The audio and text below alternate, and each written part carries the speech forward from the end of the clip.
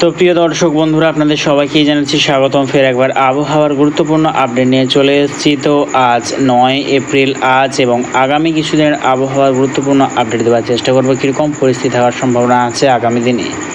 তো আগামীকাল এবং আজকে যদি চলে আসে, আজকে ঠিক লাইভ স্যাটেলাইটের মাধ্যমে, তো এখন ঠিক টাইম 7:28 PM দেখতেই পাচ্ছি। এখন গোটা পশ্চিমবঙ্গের দক্ষিণ বিভাগ, যেমন 2 মেদিনীপুর, 2 চব্বিশ পরগনা, কলকাতা, মুর্শিদাবাদের দক্ষিণ বিভাগ, রাজশাহী, মাহিরপুর, কৃষ্ণনগর, চন্দননগর এবং খড়গপুর, কোলাঘাট এবং দেখতে পাচ্ছি আমরা বনগাঁ, এই সর্বত্র নিয়ে কিন্তু মেঘাচ্ছন্ন হয়ে আছে এবং গোটা বাংলাদেশের সর্বত্র কিন্তু মেঘাচ্ছন্ন হয়ে আছে দেখতেই পাচ্ছি, কিন্তু গম্ভীরভাবে দেখতেই পাচ্ছি আমরা।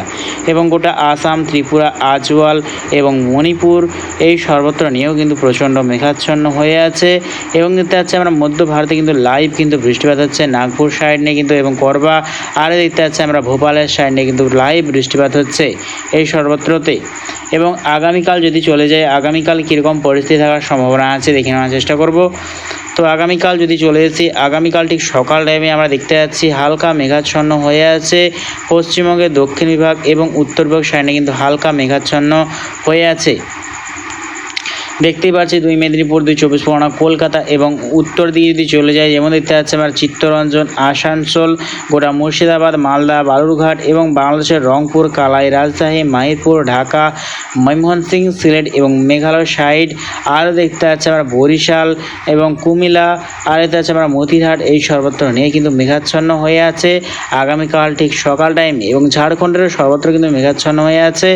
এবং আগামীকালের পর যদি চলে যায় আগামী পরশু কিন্তু বৃষ্টির সম্ভাবনা আছে পশ্চিমবঙ্গের দক্ষিণবঙ্গ বিভাগ নিয়ে কিন্তু বিভিন্ন জায়গাতে বৃষ্টির সম্ভাবনা রয়েছে। তার মধ্যেই রয়েছে পশ্চিম মেদিনীপুর, পূর্ব মেদিনীপুর এবং দেখতে পাচ্ছি আমরা ঝাড়গ্রাম, জামশেদপুর, পুরুলিয়া, বর্ধমান, এই সর্বত্র নিয়ে কিন্তু বৃষ্টিপাতের সম্ভাবনা রয়েছে।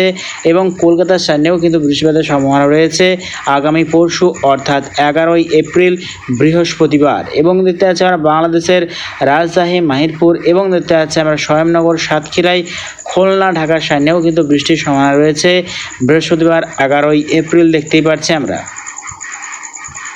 এবং যত টাইম এগোবে দেখে নেওয়ার চেষ্টা করবো কীরকম পরিস্থিতি থাকার সম্ভাবনা আছে। তো আর একটা যে বড় আপডেট দেখতে পাচ্ছি, কিন্তু প্রচণ্ড পরিমাণে ফের টেম্পারেচার বৃদ্ধির আশঙ্কা দেখতে পাচ্ছি, কিন্তু প্রচণ্ড পরিমাণে টেম্পারেচার বৃদ্ধির আশঙ্কা আছে শনিবার, অর্থাৎ 13 এপ্রিলের পর থেকে কিন্তু গোটা ভারতবর্ষের সর্বত্র কিন্তু প্রচণ্ড পরিমাণে টেম্পারেচার বৃদ্ধির আশঙ্কা আছে দেখতে পাচ্ছি, কিন্তু তাপপ্রবাহ হওয়ার আশঙ্কা আছে গোটা পশ্চিমবঙ্গ এবং গোটা বাংলাদেশের সর্বত্র কিন্তু তাপপ্রবাহ হওয়ার আশঙ্কা আছে শনিবারের পর থেকে কিন্তু প্রবল পরিমাণে টেম্পারেচার বৃদ্ধির আশঙ্কা দেখতেই পাচ্ছি, কিন্তু 40 থেকে 42 ডিগ্রি টেম্পারেচার আশঙ্কা আছে গোটা পশ্চিমবঙ্গের সর্বত্র এবং বাংলাদেশের সর্বত্রে 40 থেকে 41 ডিগ্রি সেলসিয়াস টেম্পারেচার থাকার সম্ভাবনা আছে গোটা বাংলাদেশের সর্বত্র।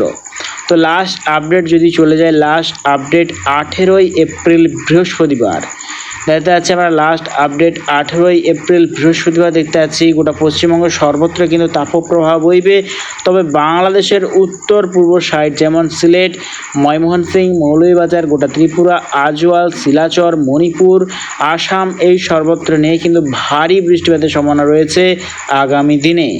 আরও যে একটা আপডেট দেখতে পাচ্ছি, কিন্তু বঙ্গোপসাগরে কিন্তু প্রচণ্ড পরিমাণে টেম্পারেচার বৃদ্ধির আশঙ্কা আগামী দিনে কিন্তু ঘূর্ণিঝড় হওয়ার সম্ভাবনা কিন্তু প্রবল থাকছে পশ্চিমবঙ্গ এবং উড়িষ্যার উপকূলে দেখতেই পাচ্ছি আমরা। তো প্রিয় দর্শক বন্ধুরা, আপনাদের ভিডিওটা যদি ভালো লেগে থাকে অবশ্যই একটা লাইক করবেন এবং অবশ্যই আমার চ্যানেলটাকে সাবস্ক্রাইব করবেন। তো আজ এটুকুটাই।